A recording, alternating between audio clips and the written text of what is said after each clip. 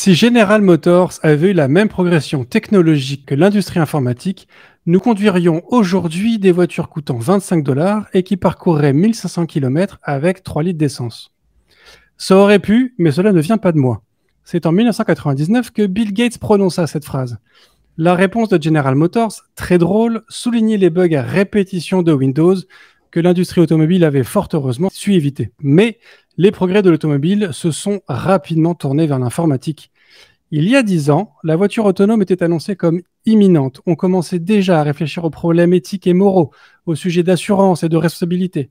On touchait du bout du doigt un avenir sans embouteillage et je me délectais de la perspective que mes enfants n'auraient jamais à apprendre à conduire. Mais alors, y a-t-il d'autres solutions que la voiture autonome ? L'IA pourra-t-elle un jour améliorer la circulation ? Et surtout, mes filles devront-elles apprendre à conduire ? Pour répondre à ces questions bouchées, je ne reçois pas Jack Welch, mais il s'y connaît en feu rouge. Baptiste, bonjour. Salut Bruno. Cosa Vostra.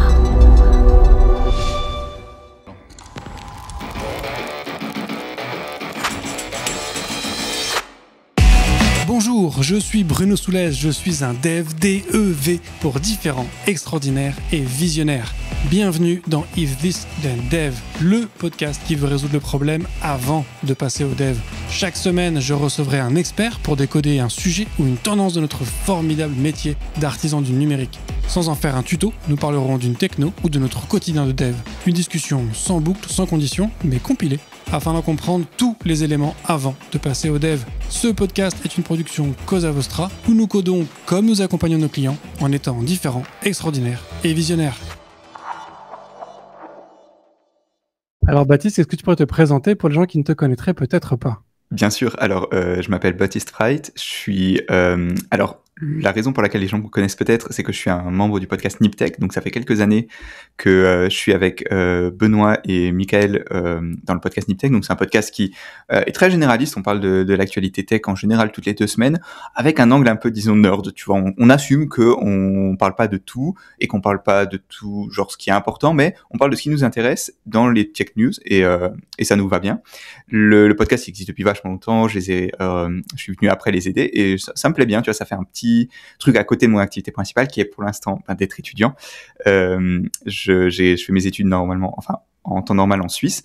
Là, je suis à la fin de mon master, donc et la façon dont ça marche, c'est quand tu finis ton master, normalement, tu vas faire de la recherche pendant 6 mois, ça s'appelle la thèse de master, et j'ai décidé de venir la faire ici à Boston pour dans le domaine, effectivement, comme tu l'as sous-entendu, du machine learning appliqué à l'automobile, parce que et plus spécifiquement au trafic, donc c'est comment est-ce que tu diminues le trafic ou est-ce que tu optimises le trafic avec du machine learning.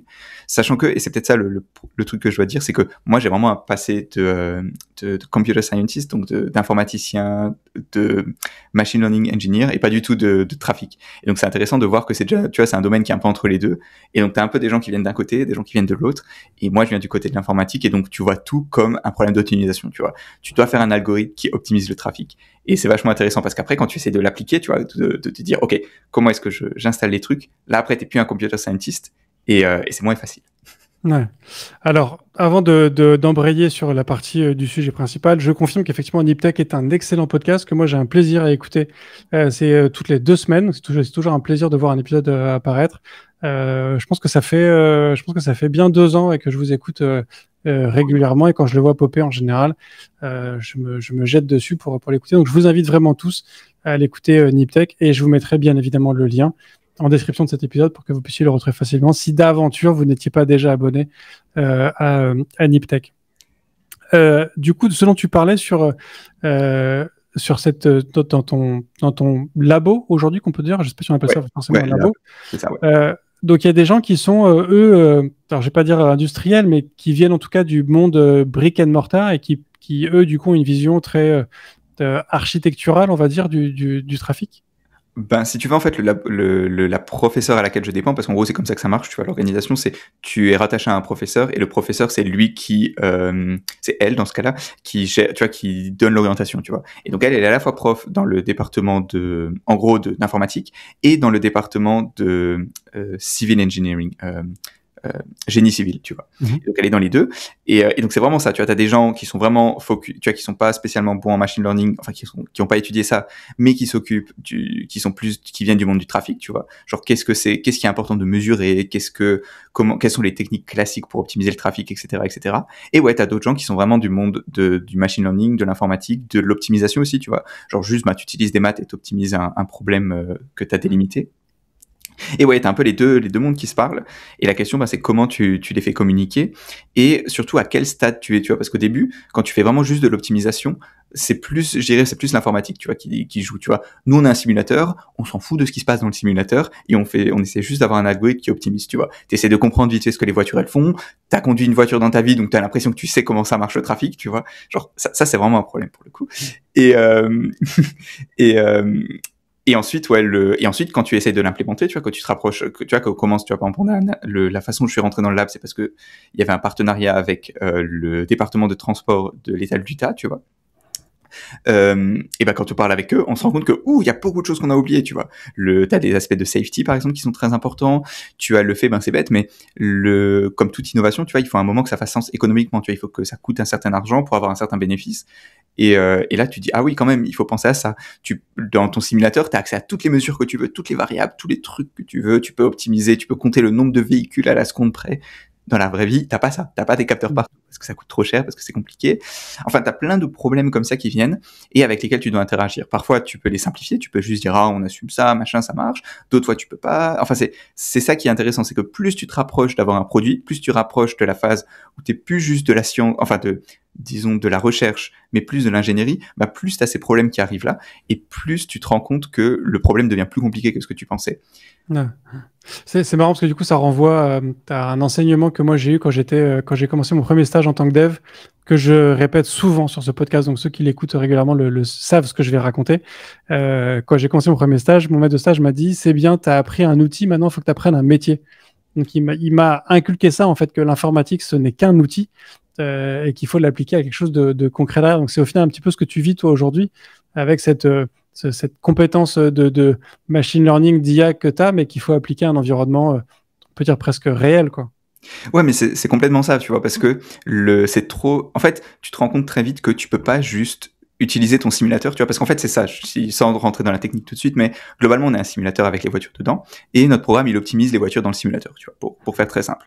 Et en fait, tu te rends compte que tu peux pas juste dire, c'est un simulateur, on s'en occupe pas, il y a quelques paramètres d'entrée, et c'est pas très important. Non, en fait, c'est vraiment le cœur de ton truc, tu vois, c'est comment est-ce que tu gères, tu vois, les paramètres de ta simulation?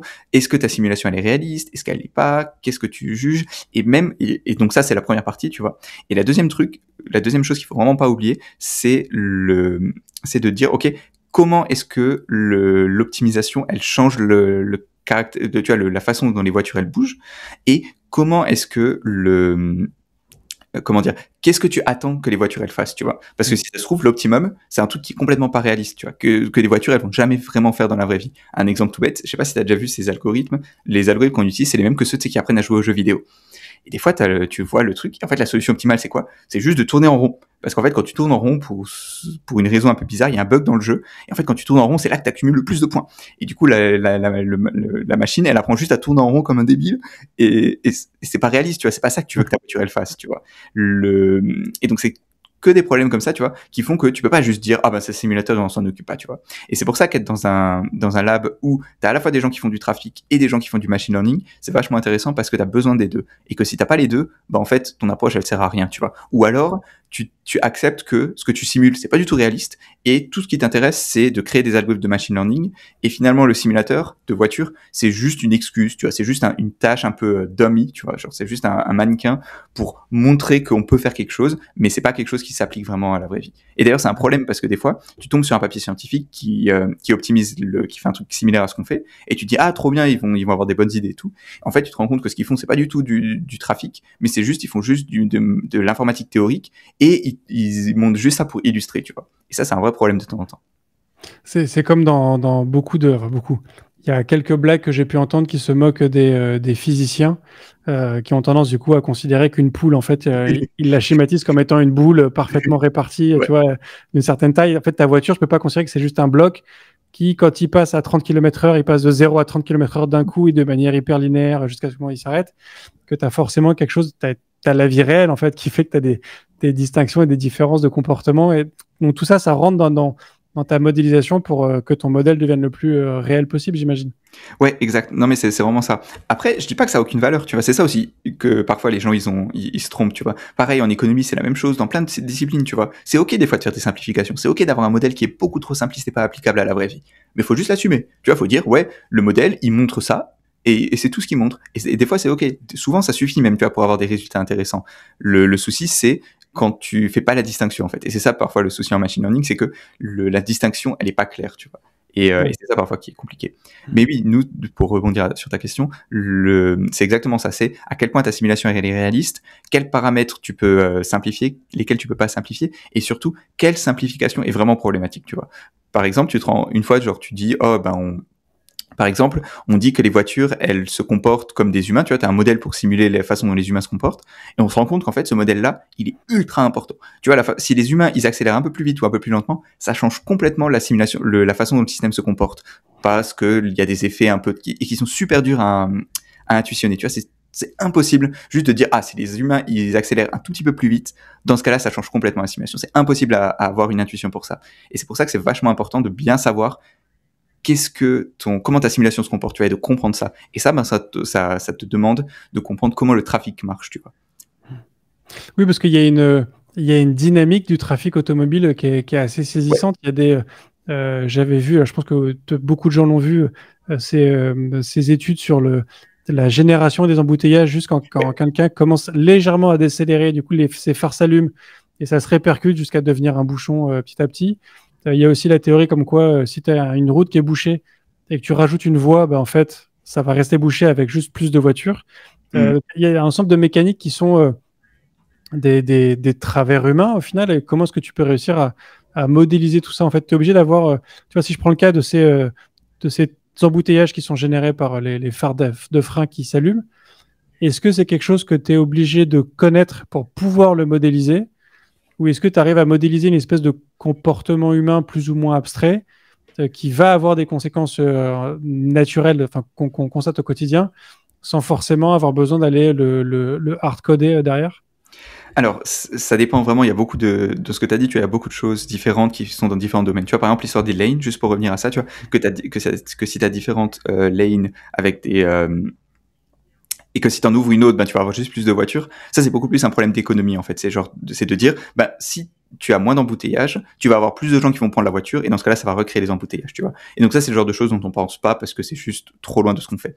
L'histoire des embouteillages, par contre, dont tu parlais avec les effets en accordéon, si tu veux, ça, par contre, ça, c'est vraiment quelque chose dont on s'intéresse, mais qui, heureusement, tu as en fait t'as des gens, ils ont déjà fait des modèles avec ça, tu vois. C'est plutôt du travail, je dirais presque de physique, tu vois, où t'as des gens, ils ont juste créé un modèle avec des équations différentielles, ils ont juste mis ça dans un modèle assez simple, tu vois, les équations, elles sont toutes simples, et ça, ton simulateur, il l'incorpore déjà. Le souci, c'est que ça, ce modèle-là, il utilise des paramètres. Et ces paramètres, tu les changes un tout petit peu, et ça change complètement ta simulation. Parce que justement, ça peut faire des accordéons qui sont plus ou moins forts, tu vois. Et d'ailleurs, l'un des premiers travaux que la professeure pour laquelle je bosse, elle a fait, c'était exactement ça. C'était de dire, ok, imaginons que j'ai des voitures comme ça qui avancent librement.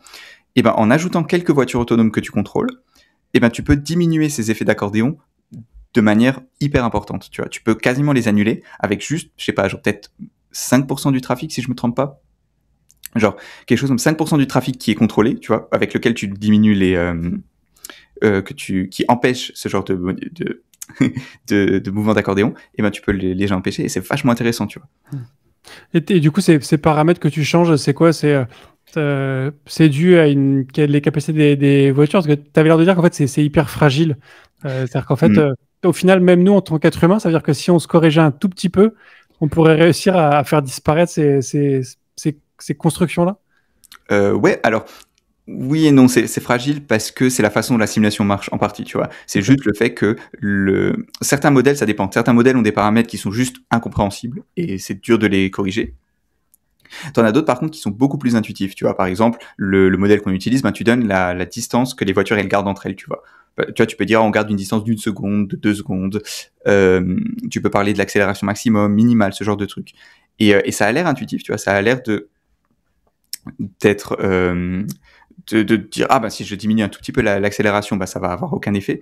Mais en fait, le souci, c'est que si une voiture accélère plus vite, alors l'autre accélère moins vite, et celle d'après accélère encore moins vite, et du coup, tu as des effets qui se propagent comme ça. Ça, c'est un autre domaine, c'est les systèmes complexes, ça s'appelle, et cette propagation, c'est ça qui crée en fait les effets bizarres.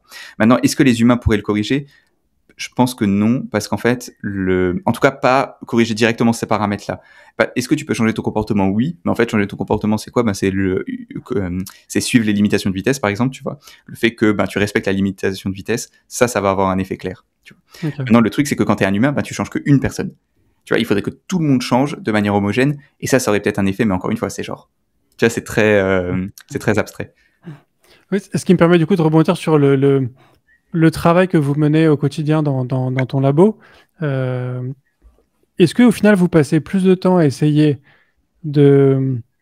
Attends, ma question est en train de m'échapper au moment où je la pose, c'est compliqué. Est-ce que vous passez plus de temps à faire en sorte que le modèle se comporte le plus possible comme la vraie vie et du coup, après, essayer d'affiner quelques paramètres pour voir ce qu'on peut changer pour que les choses se passent mieux? Ou est-ce que vous considérez que vous avez un modèle qui est à peu près stable, qui est peut-être un agglomérat de beaucoup de modèles déjà existants et de travaux de recherche précédents, et vous essayez d'ajouter des éléments pour voir qu'est-ce qu'on peut faire pour fluidifier le trafic au quotidien sur les routes? Alors, ça dépend vraiment du projet en question. Tu vois, il y a des projets qui font plutôt l'un, d'autres projets qui font plutôt l'autre. Et c'est dur de répondre de manière claire. Tu vois, une bonne partie du boulot, c'est aussi juste de créer d'optimiser en soi. Tu vois, d'avoir l'algorithme qui va optimiser le trafic et tout. Ça, c'est pas évident. Tu vois. Parce que t'as des dynamiques qui sont pas naturelles, tu vois. Et donc toi-même te dire, ok, il faut optimiser cet objectif-là ou celui-ci ou quoi. Bah ça c'est pas évident. Et donc ça va être une grande partie du travail. Après, optimiser la simulation, heureusement, comme dans le dev, tu peux simplement utiliser des librairies ou des simulateurs qui existent déjà. Il y a des travaux de recherche effectivement qui font déjà le boulot pour toi. Et même s'il faut le comprendre, tu vois, tu peux pas juste dire ah ça c'est peut-être la différence avec le dev. Tu vois, c'est que souvent tu peux juste appeler une librairie, tu t'en occupes pas et ça t'embrouille et ça marche. Là c'est un peu moins souvent le cas parce que t'as quand même des paramètres à changer. Il faut comprendre dans quel contexte les recherches ont été faites. Tu vois, il y a moins une vérité. Et le fait qu'il n'y ait pas un truc qui soit vrai et qui marche à tous les coups. En fait, non, c'est pas vrai. Si ça marche à tous les coups et que ces trucs, ça, en fait, tu t'en occupes juste pas. Le souci, c'est qu'il y a beaucoup de composants qui sont pas comme ça, où il faut t'en occuper, il faut comprendre ce qui se passe et tout, pour que ta simulation après, elle soit réaliste. Et puis, de la même façon, comme dans le dev, un peu, tu vois, dans le dev, tu fais d'abord un truc simple, tu vois, un MVP ou quoi, tu vois, genre juste une structure simple, et puis ensuite, tu te dis, ok, on va faire quelque chose d'un peu plus compliqué, on rajoute une fonction, tu vois, peu à peu, on construit comme ça. Et là, c'est pareil.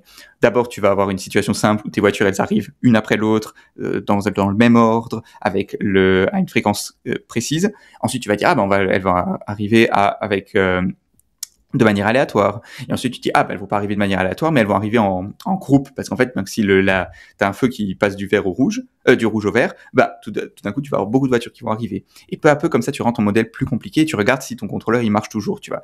Est-ce que mon algorithme, il marche toujours avec cette perturbation ou est-ce qu'il faut que je le change? Et c'est un peu comme ça qu'on travaille, tu vois. Ok. Tu t'expliquais aussi tout à l'heure que tu as le risque, en fonction de comment ta simulation fonctionne, d'avoir juste ton modèle qui va se retrouver à tourner en rond parce que c'est comme ça qui remporte un succès.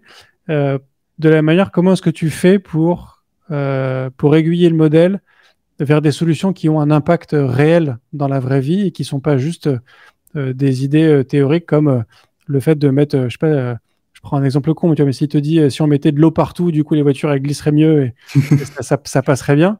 Comment est-ce que tu fais pour que la solution trouvée par tes modèles soit physiquement viable?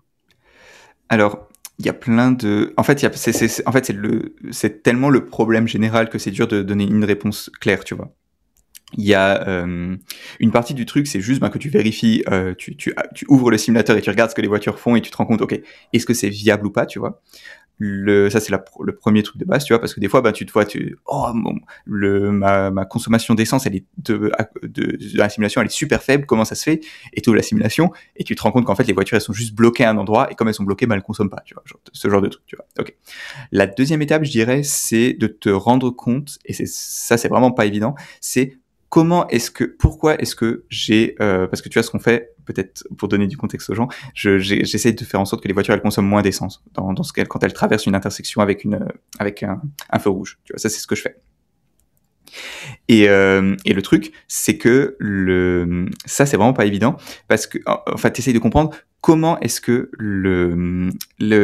comment est-ce que le modèle il fait pour économiser de l'essence, tu vois? Quel comportement le modèle a qui fait qu'il y a moins d'essence? Est-ce que c'est parce que le modèle il accélère moins qu'une voiture humaine? Est-ce que c'est parce que il va aller moins vite? Est-ce que c'est parce que la trajectoire elle est plus optimale? Est-ce que c'est parce qu'il va, enfin, il y a plein de façons d'économiser de l'essence et il faut comprendre ça. Une fois que tu comprends ça, tu dis ok, est-ce que ce comportement-là, je peux le faire reproduire par des humains? Est-ce que si j'ai une voiture autonome qui est toute seule dans la nature, est-ce qu'elle peut le faire toute seule? En fait, tu vois, c'est ça, c'est ce genre de choses. Et ensuite, la troisième partie, c'est c'est vraiment l'ingénierie de base, c'est ok, essayer de faire des simulations dans la vraie vie, tu vois, pour voir si ça marche. Des fois, c'est juste du bon sens, tu vois, je veux dire, est-ce que ça peut marcher? Est-ce que je peux le faire? Est-ce que c'est viable? Enfin, tu vois. Après, c'est juste de l'ingénierie, tu vois, juste de l'ingénierie, tu vois, mais c'est juste l'aspect, comment est-ce qu'après tu l'implémentes, faire des tests, faire parler avec des gens qui s'y connaissent mieux que toi en trafic, tu vois, ce genre de truc. Et là, ben, c'est pas évident, mais c'est le job, tu vois, c'est pas, genre, il n'y a pas de solution simple.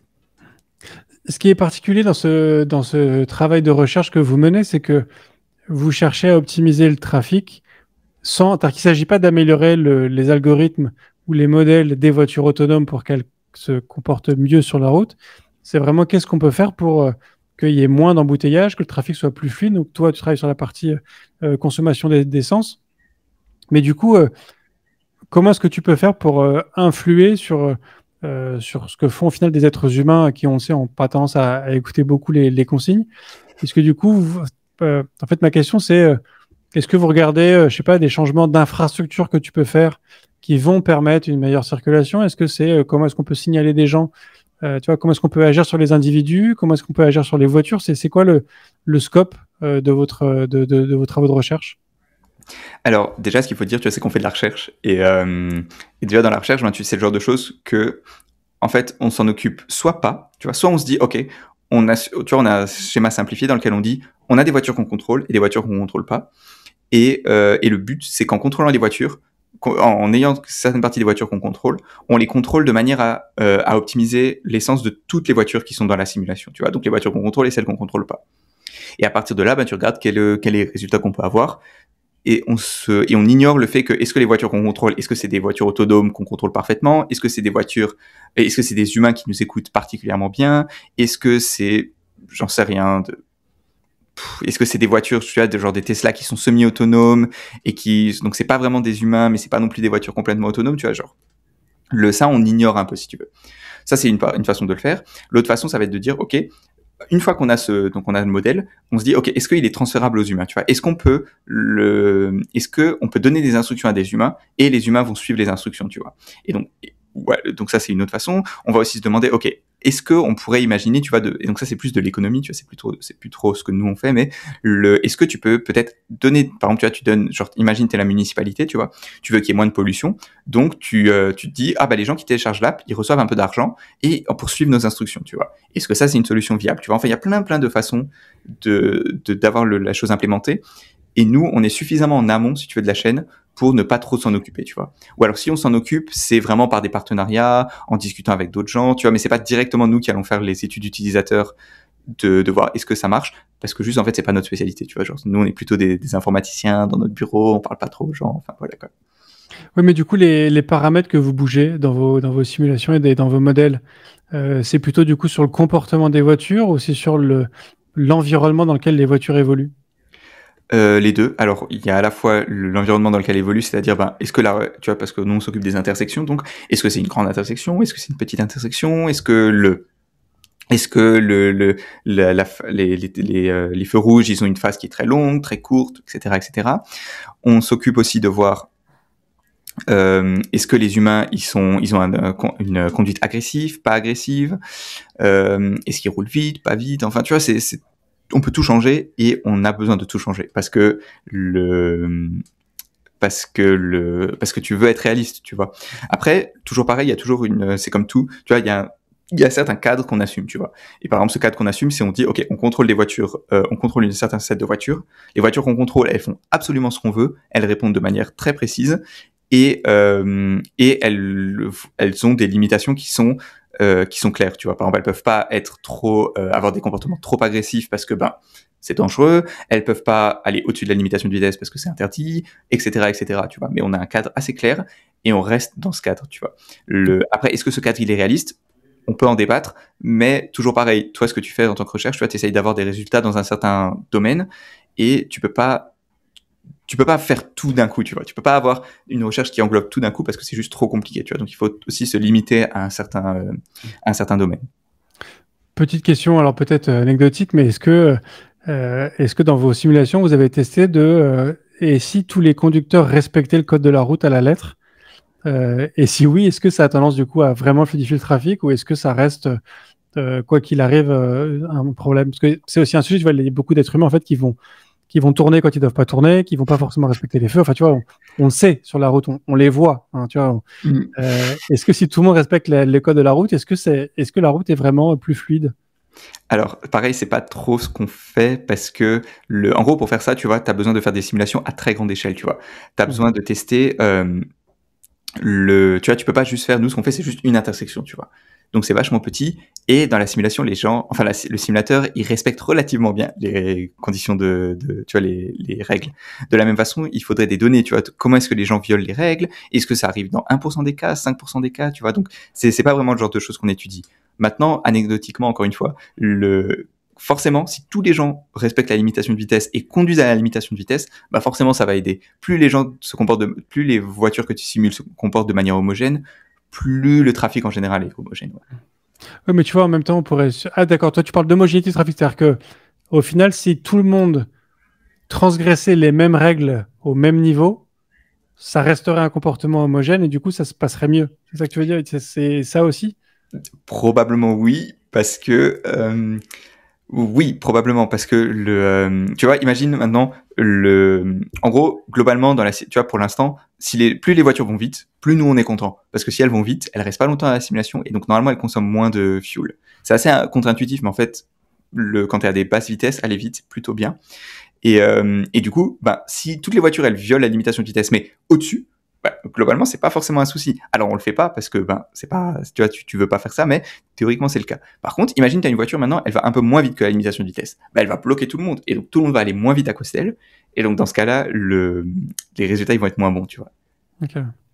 J'imagine que toutes ces simulations qui sont runnées, il n'y a pas une représentation visuelle de toutes les simulations. C'est une succession de calculs basés sur des datasets que vous avez soit agrégés en amont, soit construits, soit. Donc, c'est pas quelque chose de. C'est pas un SimCity. Tu passes pas ta journée à regarder un SimCity, j'imagine. Alors, en fait, ça c'est un truc dont on peut parler parce que c'est vachement intéressant. On utilise un simulateur qui s'appelle Sumo, Simulation of Urban Mobility, qui est en fait un simulateur de trafic qui est open source, qui est développé par une université allemande, qui est vachement bien. Enfin, vraiment, l'interface du truc, c'est clairement années 60, années 90, Windows, tu vois, avant Windows XP, genre vraiment moche, mais ça fait le job. En plus, sur Mac, c'est encore pire, genre c'est horrible, genre vraiment, c'est pas cool. Mais ça fait vachement bien le job. Et effectivement, la plupart du temps, quand on fait des simulations, on le fait tourner en headless, donc sans visuel. Mais pour vérifier que nos modèles ils font pas de la merde, on voit tu visualises le truc et tu vois les voitures bouger et tout. Tu peux même les rendre un peu plus jolies. Tu peux mettre du vert derrière. Tu peux avoir le dessin de vraies voitures. Enfin, c'est pas très réaliste, mais ça reste joli, quoi. Okay. Mais donc, du coup, il y a quand même un gros travail de préparation j'imagine, de datasets. dataset et les modèles. Tu vois, comment ça se concrétise? C'est-à-dire que tu passes ta journée à remplir des tableaux pour faire créer cette. C'est question très pragmatique, peut-être. Ouais. Alors, encore une fois, chacun fait son boulot, tu vois, et genre, moi, clairement, c'est pas ce sur quoi je travaille, parce que juste, faire des contrôleurs, c'est déjà assez compliqué. Mais oui, dans le lab, il y a des gens, ils font ça, et en gros, c'est toujours pareil, parfois, tu peux des datasets qui se trouvent sur Internet, d'autres fois, tu les trouves pas, et dans ce cas-là, il faut les faire toi-même, tu vois, par exemple, il y a des gens dans le dataset, dans le lab, qui font un dataset. Qu'est-ce que c'est une intersection typique aux États-Unis, tu vois? Qu'est-ce que c'est parce que tu vois, on s'occupe d'optimiser les intersections, mais juste, qu'est-ce que c'est une intersection typique? En fait, c'est pas très clair, tu vois. est-ce que c'est avoir juste une croix avec une voie dans chaque sens? Est-ce que c'est une intersection plus grande, plus petite? Est-ce que, enfin, tu vois, rien que ça, c'est déjà pas évident. Et donc, ils sont en train de construire un dataset de toutes les intersections dans les États-Unis pour qu'ensuite on puisse juste entraîner des modèles sur chaque intersection. Et donc ça, c'est un travail. Pareil, t'as besoin de modèles pour la consommation d'essence, t'as besoin de modèles pour un peu tout finalement. Des fois, ça existe, des fois, ça existe pas. Et dans ce cas-là, faut les construire. Après, on a de la chance que au final, en gros, tu peux toujours faire des abstractions, tu vois. Et ça, t'en as besoin pour simplifier le problème, tu vois, c'est toujours pareil. Et donc, ce qu'on fait, c'est que pour l'instant, on entraîne nos modèles sur des intersections qu'on a dessinées à la main, tu vois. On a juste fait une croix et on dit, ah bah ça, c'est une intersection.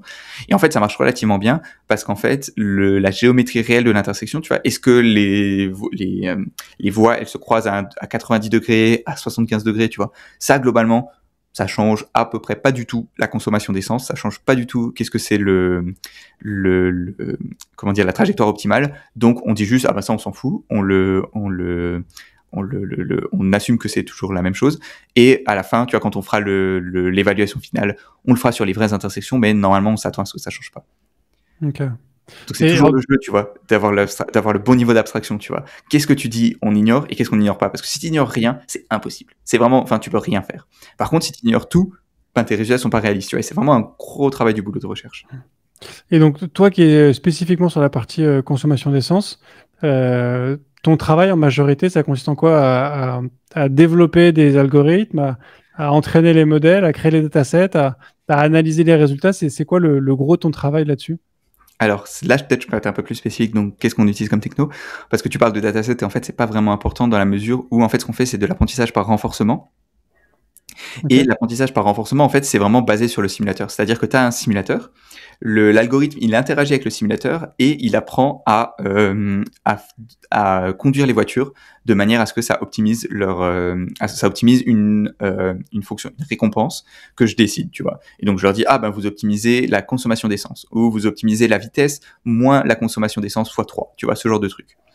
Et ou alors je peux dire, tu peux n'importe quelle fonction aussi compliquée que tu veux, tu vois. Et c'est comme ça que ça marche.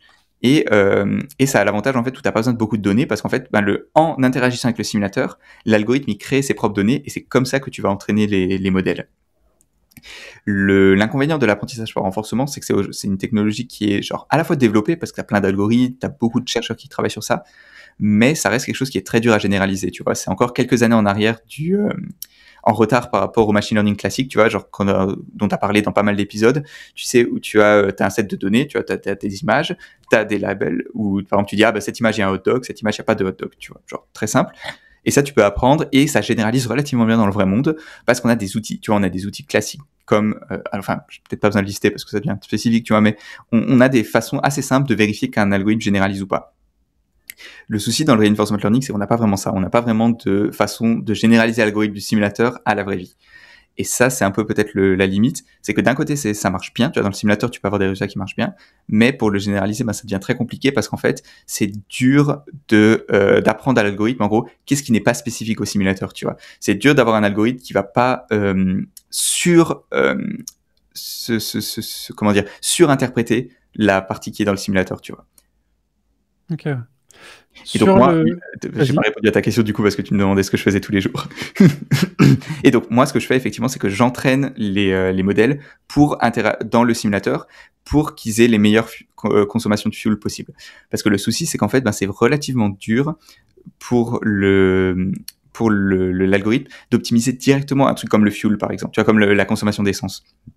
Donc, par exemple, ce qu'on fait, c'est que je me dis, OK, pour optimiser la consommation d'essence, il faut tel type de comportement. Tu vois, par exemple, que tu décélères de manière progressive, que tu accélères de manière pas agressive, etc., etc. Et donc, je vais regarder qu'est-ce que c'est la meilleure récompense possible pour arriver à l'objectif final qui est la consommation de fuel, tu vois. De la même manière, je vais regarder, OK, quels paramètres je dois mettre au simulateur pour à la fois que les simulations soient rapides, parce que si les simulations sont trop lentes, l'apprentissage prend trop de temps et ça marche pas, mais que ce soit comme réaliste. Je vais regarder qu'est-ce qu'il faut donner comme paramètre au simulateur pour que les simulations elles généralisent à d'autres types d'intersections, tu vois, tout ce genre de problèmes. Et en gros, c'est ça que je fais tous les jours. Et donc, qu'est-ce que je fais? Concrètement, j'écris pas beaucoup de code parce que ça, c'est vachement important dans le reinforcement learning, c'est que tu as besoin d'interagir avec le simulateur et interagir avec le simulateur, c'est beaucoup de code. Il faut que ce soit propre, parce que de la même façon que j'ai dit que qu'un petit changement dans le comportement du simulateur, ça change beaucoup ça a beaucoup d'influence. De la même façon, si tu as un bug dans le code ou si tu changes un peu la façon dont tu paramétrises les choses, ça change beaucoup les résultats. Et donc c'est pour ça qu'il faut du code qui soit propre, qui soit relativement reproduit, qui se reproduise de manière relativement simple. Donc c'est ce genre de truc, c'est vachement important. La deuxième partie, c'est de lancer des expériences. Pareil, on le fait sur le cluster de l'université parce que sinon ça prend trop de temps sur ton laptop, c'est pas possible. En plus, c'est chiant parce que ton laptop il est chaud et tout, t'as pas envie. Et donc ça c'est la deuxième chose. Et la troisième chose, c'est regarder qu'est-ce qui marche pas, me demander pourquoi ça marche pas. Et si ça marche, pourquoi ça marche, tu vois? Pourquoi est-ce que cet algorithme-là, il marche bien? Et si oui, est-ce que ça vaut le coup de continuer avec cette façon-là de faire? Ou même si ça marche, c'est peut-être pas le truc final, en fait. C'est pas ce qui va nous donner les meilleurs résultats dans le futur quand on va vouloir faire des choses plus compliquées, quoi. Je réalise, en fait, j'arrive pas à percevoir la limite entre ce qui ressort uniquement, enfin, ce qui est du ressort, pardon, uniquement de la simulation et de la partie machine learning. Je m'explique.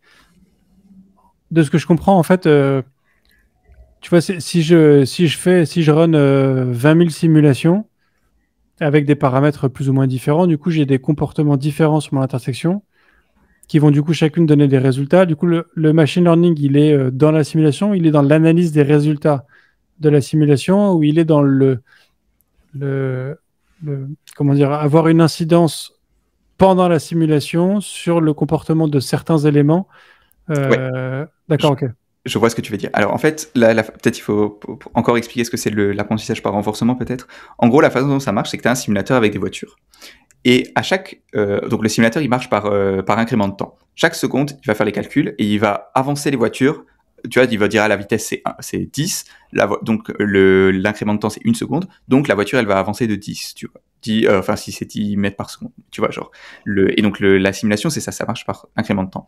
Et à chaque incrément de temps, la simulation elle va aller demander au machine learning, ok, qu'est-ce que la simulation elle est dans tel état, qu'est-ce que la voiture, donc qu'est-ce que les voitures vont faire, tu vois. Le machine learning, si tu veux, l'algorithme, il contrôle chaque voiture. Et donc, à chaque incrément de temps, la simulation, elle va envoyer au machine learning pour chaque voiture, dans quel état la voiture elle est. Et le machine learning, il va envoyer quelle action la voiture elle fait. Et à la fin de l'incrément de temps, la simulation, elle va envoyer à l'algorithme combien est-ce que chaque voiture elle reçoit de récompenses, tu vois. Si la voiture, par exemple, imagine que ma récompense ce soit la consommation d'essence et que la voiture elle a consommé pas beaucoup d'essence, l'algorithme, la simulation, elle va envoyer une bonne récompense à l'algorithme. Si par contre la voiture elle a consommé beaucoup d'essence, elle va renvoyer une mauvaise récompense à l'algorithme, tu vois, genre. Okay. C'est comme ça que ça marche. Et donc à chaque incrément de temps, tu vas avoir cette boucle qui va se passer jusqu'à la fin de la simulation, parce qu'on dit, tu vois, genre on simule les voitures peut-être, je sais pas, 15 minutes, quelque chose comme ça, et au bout de 15 minutes, on recommence à zéro, et l'algorithme s'améliore, tu vois, ça c'est la partie machine learning, c'est tu vas collecter des données pendant la simulation, tu vois, genre tu vas avoir cette boucle où l'algorithme va envoyer des actions, récupérer des états, renvoyer des actions, récupérer des états, plus les récompenses. Ensuite, à la fin de la simulation, donc à la fin de ces 15 minutes, l'algorithme va optimiser, va se dire, ok, quand j'ai fait ça, les voitures elles avaient une bonne récompense, quand j'ai fait ça, elles avaient une mauvaise récompense, donc je vais faire plus de ça plutôt que de ça. Donc il va s'optimiser comme ça, il va refaire une simulation, voir si c'est amélioré ou pas, etc., etc., et il va recommencer comme ça jusqu'à ce que il trouve ce qu'il pense être optimal. Ok. Et donc j'imagine que dans ce modèle de machine learning qui du coup dirige les voitures, sur certaines voitures, il va considérer que c'est des gens qui se comportent entre guillemets normalement.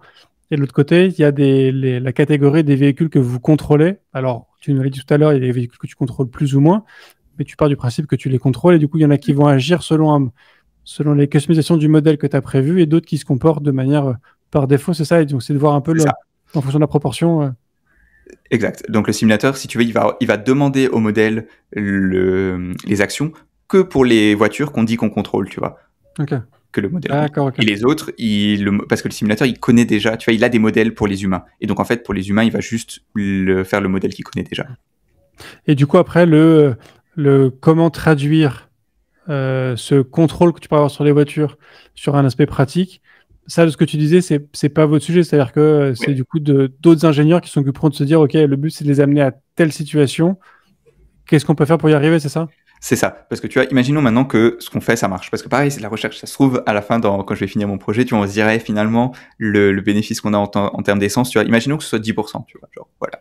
Bah, 10%, c'est pas énorme, parce que c'est dans une simulation, et on peut se dire que dans la vraie vie, tu vois, si tu l'appliques, tu auras peut-être la moitié de ça, le quart, 5%, 2%, c'est pas assez, tu vois, pour justifier le coût. Donc ça marcherait pas. Mais imaginons que maintenant on est 20-30%, tu vois, c'est pas mal. Donc on va se dire, ok, on veut aller au step suivant. Et donc le step suivant, d'abord, c'est de dire, ok, là, en gros, ce que le machine learning fait, pour faire simple, c'est il contrôle est-ce que la voiture elle accélère ou elle décélère. Parce qu'en fait, pour la consommation d'essence, c'est tout ce qui nous intéresse. Tu vois, le volant et tout, ça n'a pas besoin d'être contrôlé. Donc tu vois, il contrôle si la voiture elle accélère ou décélère. Ben, la prochaine étape, c'est de se dire, ok, comment est-ce que tu veux implémenter ça de manière réaliste, tu vois? Est-ce que tu veux dire à des humains d'accélérer ou de décélérer? Si oui, à quelle fréquence tu peux demander à des humains de le faire et avec quelle précision? Ou alors tu dis non, les humains ça va pas trop marcher. Imaginons que c'est des voitures des Tesla que tu contrôles, tu vois. Parce que tu vois, tu sais, les Tesla, t'as l'autopilote, machin. Tu peux imaginer que ou alors juste des voitures normales, tu sais, avec alors comment ça s'appelle? Le Adaptive Cruise Control, tu vois, Ouais. le régulateur de vitesse, quoi. Oui, d'accord. Donc, imaginons qu'on contrôle ce régulateur de vitesse-là, et là, par contre, tu peux être vachement précis. Et donc, on va se demander, OK, comment est-ce qu'on pourrait l'implémenter? Et donc, tu vas te dire, OK, si on l'adapte de cette manière-là, on a telle et telle contrainte que le modèle de machine learning n'avait pas. Donc, on va changer le modèle de machine learning pour qu'il adapte les contraintes. On va voir si ça marche toujours. Si ça marche toujours, on va se dire, OK, bah, le next step, globalement, ça va être d'essayer dans la vraie vie de voir si ça marche. Et donc, peu à peu, comme ça, tu vas avancer d'un truc très théorique à un truc plus pratique, tu vois. C'est un peu comme ça que ça marcherait. Ok. Et j'imagine, est-ce que tu dois connaître, enfin j'imagine, pardon, que tu dois connaître l'histoire du GPS d'UPS.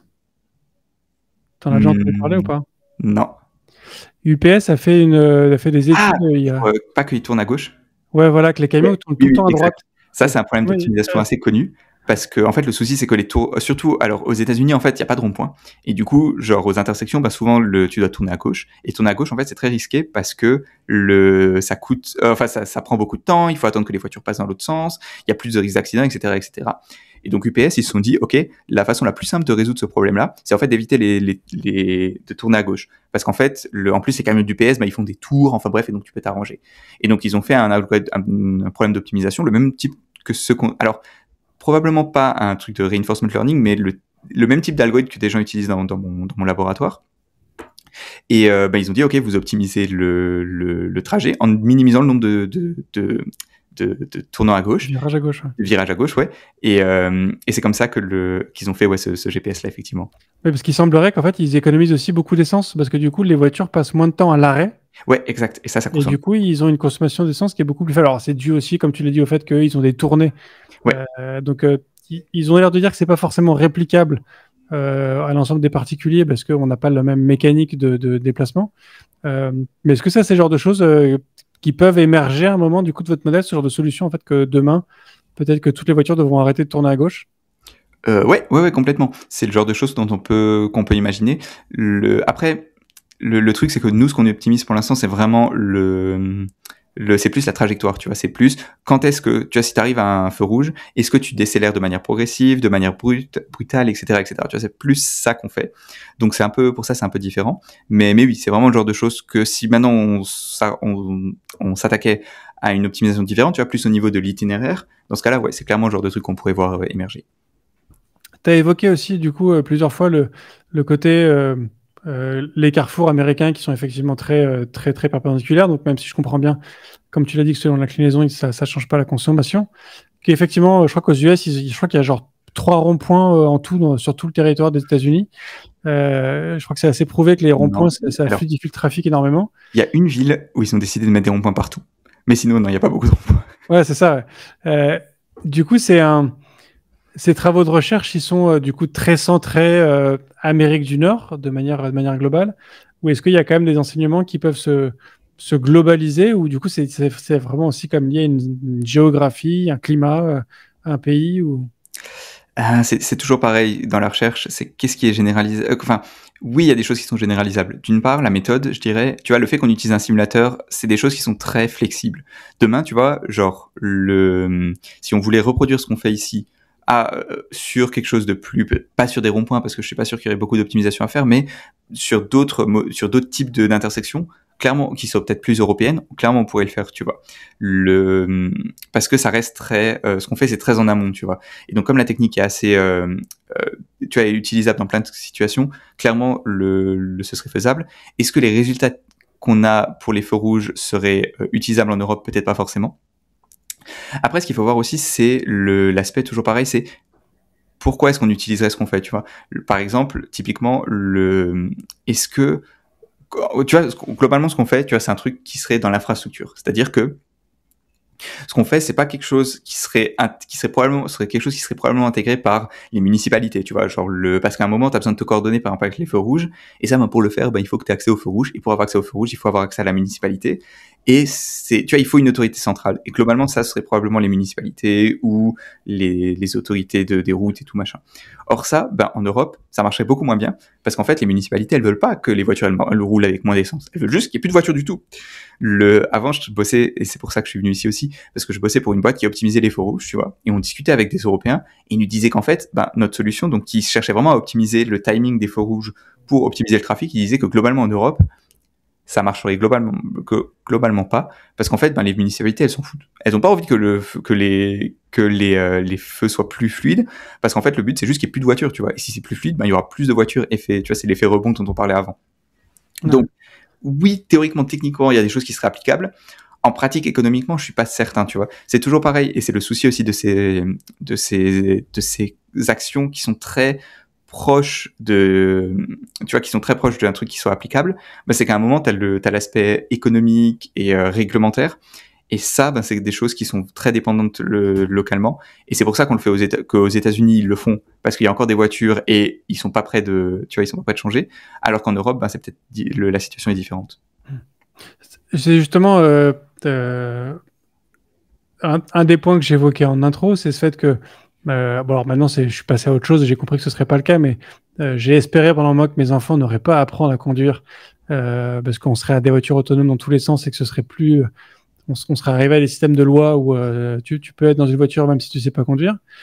Clairement, c'est pas prêt d'arriver, mais du coup, est-ce que le fait qu'il y ait des labos comme celui dans lequel tu es, qui travaillent sur le fait d'améliorer le trafic sans s'appuyer sur les voitures autonomes, c'est un constat entre guillemets d'échec de la part de l'industrie automobile de se dire en fait les voitures autonomes c'est vraiment pas de suite et du coup il faut bosser sur autre chose en attendant tu vois, j'essaie de comprendre pourquoi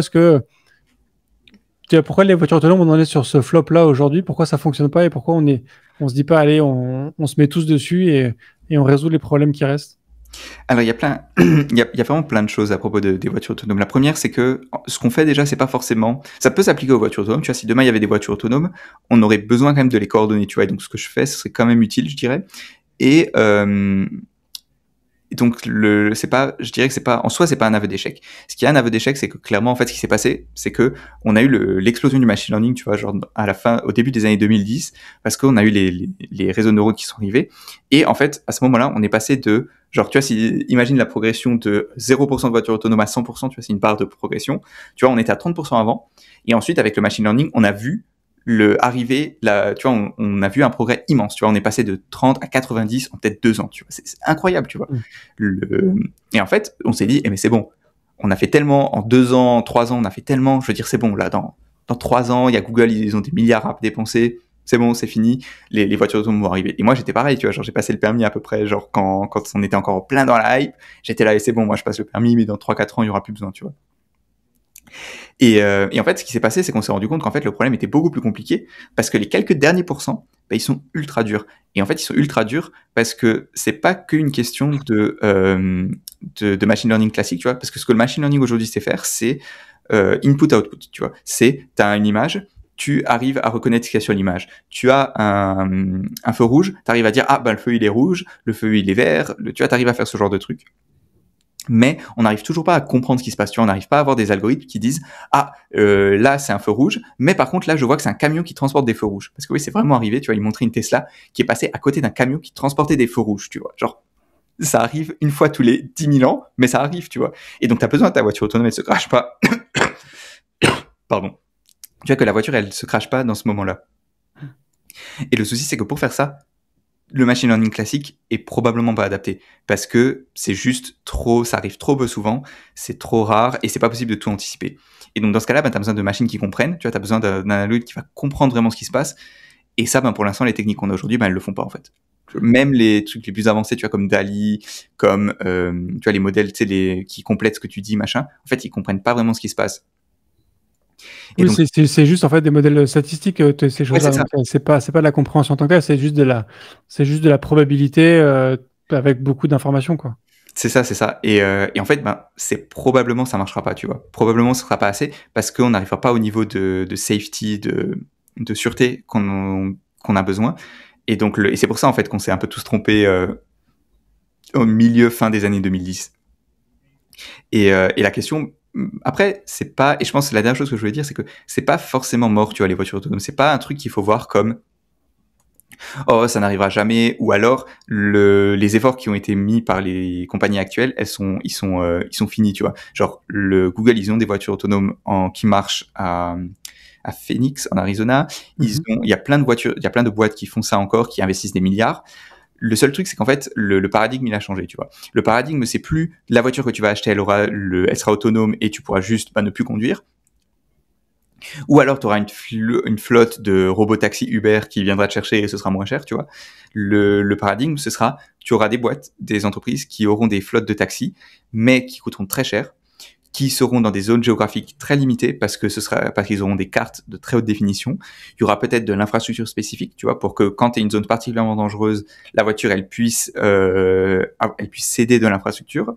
Il y aura des gens qui aideront les voitures dans les situations difficiles, tu vois. Je sais pas, imaginons que justement tu rencontres un camion avec 25 qui sont en train de transporter 25 feux rouges désactivés, que tu aies un humain qui puisse prendre le relais et dire la voiture ça va, et qui puisse téléguider la voiture, tu vois, ce genre de truc.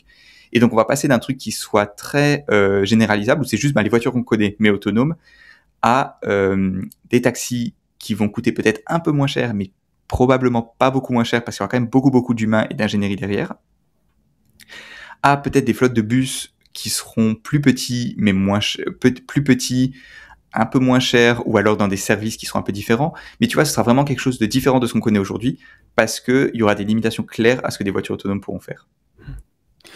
Et en même temps, du coup, alors je suis pas expert sur les voitures autonomes, mais comme on l'a dit, c'est des systèmes qui sont quand même beaucoup basés sur des modèles statistiques, c'est avant tout de la probabilité. Est-ce qu'au final, des travaux comme le tien, où du coup tu as beaucoup de simulations, c'est pas justement un moyen d'enrichir les datasets qui nourrissent les modèles de ces réseaux de neurones, qui vont du coup leur permettre de connaître déjà un ensemble qui sont aujourd'hui des edge cases, mais du coup de les connaître et de savoir réagir, et donc en fait de faire avancer aussi ces histoires de voitures autonomes? Alors, les travaux comme le mien, pas vraiment, parce que je travaille pas sur améliorer la simulation, tu vois. Genre, moi, j'ai une simulation et j'utilise cette simulation pour créer des modèles. Mais clairement, le fait d'avoir des bonnes simulations, c'est un truc qui est de plus en plus utilisé par les boîtes de voitures autonomes, parce que c'est très peu cher de faire rouler des voitures dans des simulations. Et t'as des simulateurs qui sont ultra réalistes, tu vois, qui ressemblent à tu as des simulateurs qui ressemblent vraiment à des jeux vidéo ultra réalistes, dans lesquels tu as les algorithmes qui s'entraînent là-dedans, tu vois. Et c'est là que tu as des situations où super bizarres, comme il y a des trafics lights sur un camion, il y a des cônes de chantier, il y a un accident, tout ce qui peut arriver, tu l'as dans la simulation, tu vois. Et donc ça, c'est des choses qui sont de plus en plus utilisées par les compagnies de voitures autonomes. Mais encore une fois, ça reste un travail différent du mien, parce que c'est juste c'est des choses qui sont genre, c'est vraiment sur la simulation, tu vois, et comment tu fais des simulations les plus réalistes et les moins chères possibles. Je vois. Avant de conclure cet épisode, est-ce que tu aurais, je sais pas, un livre, une ressource, une chaîne YouTube, quelque chose à conseiller, à recommander à l'ensemble des auditeurs, soit sur ces sujets-là, soit sur d'autres sujets? Sur le sujet-là, je crois pas. Laisse-moi réfléchir. Non, j'ai pas de. Alors, je peux donner des ressources si vraiment les gens veulent sur ça, mais c'est vraiment des trucs très de recherche. Enfin, c'est pas, je pense, quelqu'un de curieux, ça va pas, de juste curieux, ça va pas trop l'intéresser. Mais il y a un livre dont on aime beaucoup parler dans Niptech, que je peux recommander sur la façon dont l'innovation marche, parce que je pense que c'est vraiment ça, tu vois, c'est des questions de voitures autonomes et tout, c'est vraiment la question de comment est-ce que l'innovation arrive dans la société, tu vois. Et c'est ça qui est intéressant de te demander. Et il y a un livre dont on aime beaucoup parlé dans Niptech, qui s'appelle le The Box. Et en fait, c'est sur les conteneurs, tu sais, les conteneurs de bateaux. Oui. Voilà. Et ben en fait, ça, c'est une innovation. Tu vois, c'est très con quand tu y penses, mais en fait, c'est vraiment l'exemple parfait de comment une innovation arrive dans la société, tu vois. Parce que c'est pas forcément technologique en soi. Tu vois, de la technologie, elle est pas claire. Tu vois, c'est parce que c'est quelque chose de vachement simple, c'est juste des boîtes. Mais ça reste, le fait d'avoir un truc universel, ça reste une innovation vachement importante. Et la façon dont ça arrive dans la société, c'est vraiment ultra intéressant. Tu vois, le livre, il explique vachement bien. Et ça montre vraiment bien comment est-ce que la société doit s'adapter à l'innovation et que même un truc aussi simple que ça, ça arrive pas du jour au lendemain. Et donc, le livre, ça s'appelle The Box par un gars qui s'appelle, je sais plus, mais je peux le retrouver et tu le mettras dans les liens. Et c'est Exactement. vraiment super intéressant. Genre, c'est vraiment si vous êtes un peu dans ces trucs-là et tout, c'est vraiment un régal, quoi. Avec grand plaisir. Merci beaucoup, Baptiste, pour tout cet échange. J'aurais une dernière question pour toi, qui est la question rituelle du podcast IFTTD. Est-ce que tu es plutôt espace ou tabulation? Alors, c'est marrant que tu poses la question, parce que c'est un truc, j'ai fait du code pendant des années sans savoir ce que c'est, genre, sans savoir même que c'était un débat, tu vois, espace ou tabulation. Et en regardant un épisode, est-ce que tu connais la série Silicon Valley? Oui. Ouais, et c'est un épisode de Silicon Valley, c'est où t'as le nerd qui date quelqu'un, ils se battent sur espace ou tabulation. Ils se séparent à cause de son choix. Et c'est vraiment comme ça que j'ai découvert que c'était un débat. Mais en fait, comme maintenant beaucoup de gens dans le podcast y répondent ça, j'avoue que moi j'ai juste le défaut de mon éditeur de code qui est en fait, quand tu appuies sur la touche tab, ça met 4 espaces et je fais ça, quoi. J'appuie sur tab et ça met 4 espaces. Ok, très bien. Merci beaucoup, Baptiste. Merci beaucoup, Bruno. Grand plaisir. Et merci à tous d'avoir écouté cet épisode jusqu'au bout. Pour la partie podcast, on va s'arrêter là. On reste en live si vous avez encore des questions à poser à Baptiste. Et pour la partie podcast, je vous remercie beaucoup de continuer à écouter ce podcast et le partager autour de vous. Je vous invite du coup à nous rejoindre sur le live. On est dispo sur YouTube, sur Twitch, sur LinkedIn et sur Twitter. Peut-être même bientôt sur TikTok, c'est dire à quel point on diffuse. Donc n'hésitez pas à nous rejoindre pour assister à l'enregistrement avec l'ensemble des invités. Et c'est aussi du coup l'occasion de poser des questions et de participer à ces discussions que j'ai avec mes invités. Et sinon, continuez à partager ce podcast autour de vous. Vous le savez, je vous le recommande à chaque fois. Pendant une code review, pendant un daily stand-up, pendant une phase de debug, mettez-le même en commentaire dans votre code. Comme ça, quand vous quittez l'entreprise et que quelqu'un relie votre code derrière après, c'est une espèce de recommandation long trend. Ça peut être rigolo. Donc voilà, je vous remercie beaucoup. Je vous souhaite une très bonne fin de semaine. Je vous dis à la semaine prochaine. Et d'ici là, codez bien. Merci d'avoir écouté cet épisode de If This Then Dev et merci à toute mon équipe de Cosa Vostra à la production de cet épisode. Merci aussi à Alan, Ada, Linus, Bill, Steve et Steve de nous avoir ramenés jusqu'ici. Si ce podcast vous a plu, committez-vous en vous abonnant, déployez-le autour de vous et vous pouvez aussi nous faire une petite code review en nous laissant 5 étoiles sur votre plateforme de podcast préférée. La conversation continue bien sûr avec vous sur Twitter, LinkedIn, Facebook, Instagram, chacun sa techno, @ifthisdendev ou @bibear, BIBEAR. Vous retrouverez aussi tous nos épisodes sur notre site iftttd.io. Et enfin, si vous avez besoin d'une agence pour vous accompagner ou si vous souhaitez rejoindre une équipe tech passionnée et passionnante, écrivez-moi sur bruno@cosavostra.com. Merci à tous.